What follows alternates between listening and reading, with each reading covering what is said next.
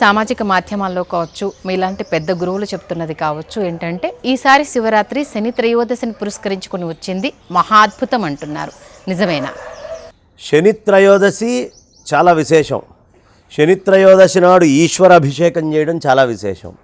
అదే రోజు రాత్రి చతుర్దశి రావడం మరీ విశేషం. ఆ చతుర్దశి రాత్రి 12ంటికి వస్తుంది. త్రయోదశి ఉదయమే సూర్యుడిని చూసుకొని వచ్చేటటువంటి లెక్క.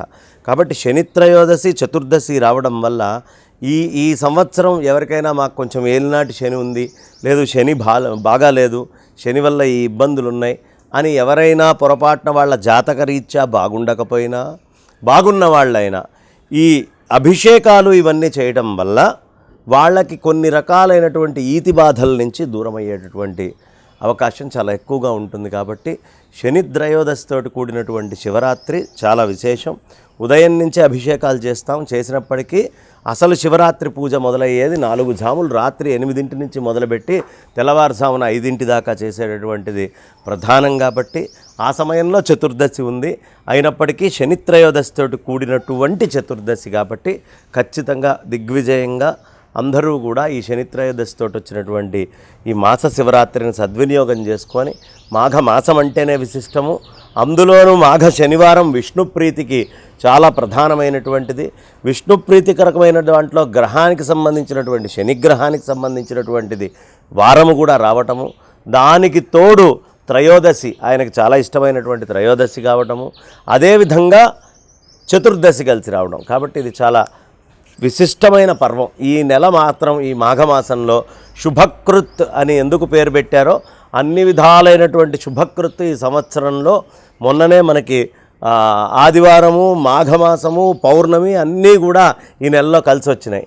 అట్లాగే శివరాత్రికి కూడా చాలా విశేషంగా శనివారము త్రయోదశితోటి కూడినటువంటి చతుర్దశి వచ్చింది అర్ధరాత్రి 12ంటికి. ఇది చాలా విశేషమైనటువంటి పర్వము, ఘట్టమమ్మ.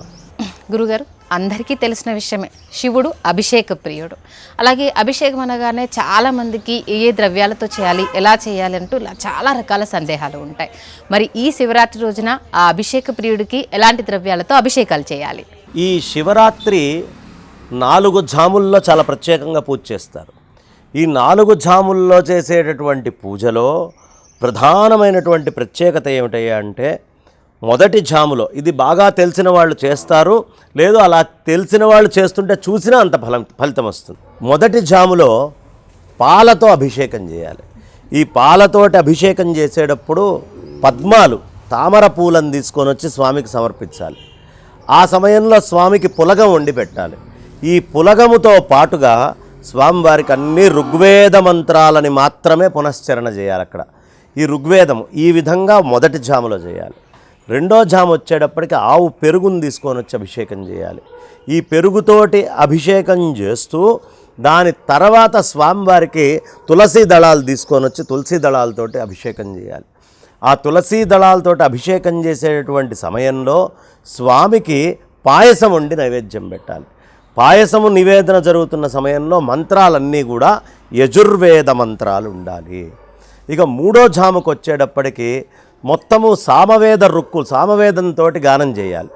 ఈ సామగానము చేసేటటువంటి సమయములో స్వామివారికి ప్రత్యేకంగా మారేడు దళాలు తీసుకొని వెళ్ళి చక్కగా ఆవు నెయ్యి తీసుకొని వచ్చి ఈ నెయ్యిని స్వామి మీద పోస్తూ ఆ బిల్వ దళాలని స్వామివారికి త్రిదళం త్రిగుణాకారం త్రినేత్రంచ త్రియాయుధం త్రిజన్మ పాప సంహారం ఏకబిల్వం శివార్పణం అని చక్కగా స్వామివారికి ఆ బిల్వాలని సమర్పిస్తూ నువ్వులతోటి చేసినటువంటి, నూగు పొడితోటి చేసినటువంటి ఏ ద్రవ్యమైనా స్వామివారికి నైవేద్యం పెట్టచ్చు. ఈ సమయంలో సామమంత్రాలు కావాలి. ఇక 4వ జాము వచ్చేటప్పటికి చాలా విశేషంగా తేనె తీసుకొని వచ్చి ఈ తేనె అనేటటువంటి దాన్ని స్వామివారికి అభిషేకం చేస్తూ నీలోత్పలాలని తీసుకొని వచ్చి చక్కగా వాటితోటి పూజ చేస్తూ ఆ నీలోత్పల పూజ జరిగేటప్పుడు ఉట్టి అన్నమే నైవేద్యం పెట్టి కుంభాభిషేకం అంటారు. అలా నైవేద్యం ఉత్త అన్నమే నైవేద్యం పెట్టాలి. ఎందుకు? ఇది పితృదేవతలందరికీ కూడా చేరుతుంది ఆయన ద్వారా. ఉత్తి అన్నము అనేటటువంటిది చక్కగా స్వామివారికి నివేదన చేస్తూ అథర్వ వేద మంత్రాలతోటి చేయాలి. ఇలా తెలిసినటువంటి వాళ్ళు ఎవరైనా 4 జాముల్లో ఈ పూజని గనక చేసినట్లయితే, అలాంటి పూజ చేసే సందర్భంలో ఎవరైనా చూసినట్లయితే జన్మకో శివరాత్రి. ఈ విధంగా జన్మలో ఒక్క శివరాత్రి ఎవరైనా గడిపినా చాలు, వాళ్ళకి అపరిమితమైనటువంటి ఆ భాగ్యము, సర్వవ్యాపకమైనటువంటి పరమాత్మని ఎరగగలిగేటటువంటి చిత్తశుద్ధి ఖచ్చితంగా లభించి తీరుతాయి. దీంట్లో అనుమానం లేదు. కాబట్టి ఈ విధమైనటువంటి అర్చన, పూజ అనేది ప్రధానం. ఇక మిగతా అంతా ఖాళీ, ఎప్పుడు సమయం ఉన్నా సరే భగవన్ నామాన్ని చెప్పుకుంటూ ఆయనకు చేయొచ్చు. భగవంతుడి స్తోత్రాలు చెప్పుకోవాలి. పరమేశ్వరుడి యొక్క కథలు, గాథలు, ఆయన మహాత్మ్యం, ఆయన గొప్పతనం ఏమిటి, ఏ విధంగా ఆయన రాక్షసుల్ని సంహరించారు, మన్మధుణ్ణి ఆయన ఏ విధంగా ఆయన గర్వాన్ని అణచాడు, అదేవిధంగా త్రిపురాసుర సంహారం చేసినటువంటి ఘట్టం ఎంత గొప్పగా ఉంటుంది, గజాసురుడి యొక్క సంహారం ఏ విధంగా జరిగింది, ఇలా పరమేశ్వరుడికి సంబంధించినటువంటి అద్భుతమైన విశేష లీలా ఘట్టాలన్నీ కూడా ఉదయం పూట చక్కగా వింటూ ఉండాలి. ఏమీ తినకుండా ఉండాలి. చక్కగా తినకూడనటువంటి వాళ్ళు, తినకుండా ఉండగలిగినటువంటి వాళ్ళు తినకుండా ఉంటే మంచిది. లేదు గర్భిణీ స్త్రీలు కానీ, వృద్ధులు కానీ, పసిపిల్లలు కానీ, వీళ్ళకి ఎక్సెప్షనే. వాళ్ళ యొక్క వీలు శక్తిని బట్టి వాళ్ళు చేయొచ్చు, కానీ వాళ్ళకి బలవంతం అనేది ఉండదు. కానీ ఓపిక ఉండి చేయగలిగిన వాళ్ళు మాత్రం చేయాలి. అనారోగ్యంతో ఉన్న వాళ్ళు కూడా కొంచెం పక్కన పెట్టచ్చు తప్ప శక్తి ఉండి మాత్రం చేయకుండా ఉండకండి. ఇది భాగ్యము. ఓ మనిషి జీవించి ఉన్న కాలంలో వాడి తెలివితేటలతోటి వాడికి వచ్చే శివరాత్రులు చాలా కొద్దిగా మాత్రమే ఉంటాయి. కాబట్టి రుద్రమంత్రాలని చెప్పుకుంటూ మహన్యాసపూర్వకంగా, లేదు లఘున్యాసపూర్వకంగా రుద్రము, నమకము, చమకము చెప్పుకుంటూ చేసుకుంటే మంచిది. లేదు శివాయ గురవే నమః అంటూ నీళ్ళు పోసిన ఆ పరమేశ్వరుడు అనుగ్రహించి మనందరినీ ఆదరిస్తాడు. దీంట్లో ఎలాంటి అనుమానమూ అక్కర్లేదు. గురుగారు, మరి మీరు చాలా పెద్ద లిస్టే చెప్పారు. మేము అదంతా చేయలేం గురుగారు అంటే, అలాంటి చేసిన వాళ్ళకే అనుగ్రహం అనేది, పూజాఫలం అనేది దక్కుతుందా? మామూలుగా శివాని స్మరించుకున్నా మాకు అనుగ్రహం దక్కుతుందా? మరి దీనికి ఏమంటారు? అందరినీ ఆయన అనుగ్రహిస్తున్నాడు. వాడు ఆ ప్రశ్న అడిగాడంటేనే ఆయన అనుగ్రహం ఉంది కాబట్టి వాడు అనగలిగాడు, వాడు అడగగలిగాడు. లోపల శివం ఉంటే తప్ప ఎవడూ అడగలేడు. కానీ ఇంత చెయ్యని ఆయనేం చెప్పట్లేదు. నువ్వెంత చెయ్యగలవో అంత చేసుకో అని ధర్మం చెప్పేవాళ్ళు చెప్తారు. ఇంత చేయగలనండి, అంతే చెయ్యి, కానీ ఎంత చేసుకుంటే అంత మంచిదిరా అని చెప్పారు. అభిషేకం ఎందుకు? అంత శ్రద్ధ భక్తి ఉన్నవాడు నీళ్లు పోయాల్సిన అవసరం కూడా లేదు.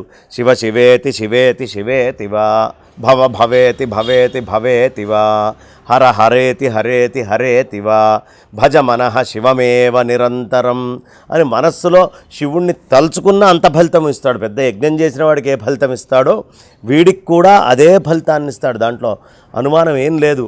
ఆ అభిషేకం కూడా చేయక్కర్లా. శివ శివ శివయనరాదా, శివనామము చేదా, శివ శివ శివయనరాదా, భవభయ బాధలను బాపుకొనరాదా అని చెప్తారు. కాబట్టి నామము చేసినంత మాత్రాన్నే పరమేశ్వరుడు అనుగ్రహిస్తాడు. కానీ పరమేశ్వరుడికి ఓ పేరుంది, అభిషేక ప్రియ శివ. అభిషేక ప్రియుడు శివుడు. కాబట్టి ఆ అభిషేక ప్రియుడైనటువంటి వాడికి మనం ఎలా అయినా పూజ చేస్తున్నాం కాబట్టి ఆయనకి ప్రియమైనటువంటి విధానంలో, వేదము ఏం చెప్పిందో ఆ ధర్మ విధానంలో చేస్తే మంచిది. చేయలేనప్పుడు ఎవడో ఒక భక్తుడు మేక పెంటికలు వేస్తే వాడికి సమయం ఎప్పుడు పడితే అప్పుడు సకాలంలో చేస్తూ ఉంటాడు. వాడికి శివలింగం దొరకల, మేక పెంటికల్ని తీసుకొని వచ్చి వాడు అలా పెట్టి ఈయనే పరమేశ్వరుడు అని అభిషేకం చేశాడు. పరమేశ్వరుడు ప్రత్యక్షమై వాడిని అనుగ్రహించాడు. పరమేశ్వరుడు భోలాశంకరుడు. ఆయన అనుగ్రహించడానికి ఏదో పెద్ద పరిమితులు, ఇంత పెద్ద పూజలు అనేది కాదు లెక్క. నీ మనస్సు నిర్మలంగా ఉందా లేదా, నీ మనస్సు యందు దృఢంగా ఆయన్ని పొందాలని ఉందా లేదా. వాడెవడో ఒక కంకర్రాళ్ళు విసిరాడట ఆ శివలింగం మీద. విసిరితే చివర్లో వాడు మరణించినప్పుడు వాడిని శివదీతలు వచ్చి తీసుకెళ్తున్నారు. యమభట్టులు చెప్పారు, వీడు కంకర్రాళ్ళు విసిరాడయ్యా శివలింగం మీద, వీడిని తీసుకెళ్తున్నారేంటి అంటే, అవునయ్యా పూలున్నవాడు పూలిచ్చాడు శివుడికి, వీడి దగ్గర కంకర్రాళ్ళు ఉన్నాయి, ఆ సమయంలో వాడు అర్పించాడు నాకు, దాన్ని ఆనందంగానే నేను స్వీకరించి వాడిని అనుగ్రహిస్తున్నా అన్నాడు. కాబట్టి పరమేశ్వరుడి యొక్క దృష్టిలో అందరి పట్ల సమమైనటువంటి ఇది ఉంటుంది.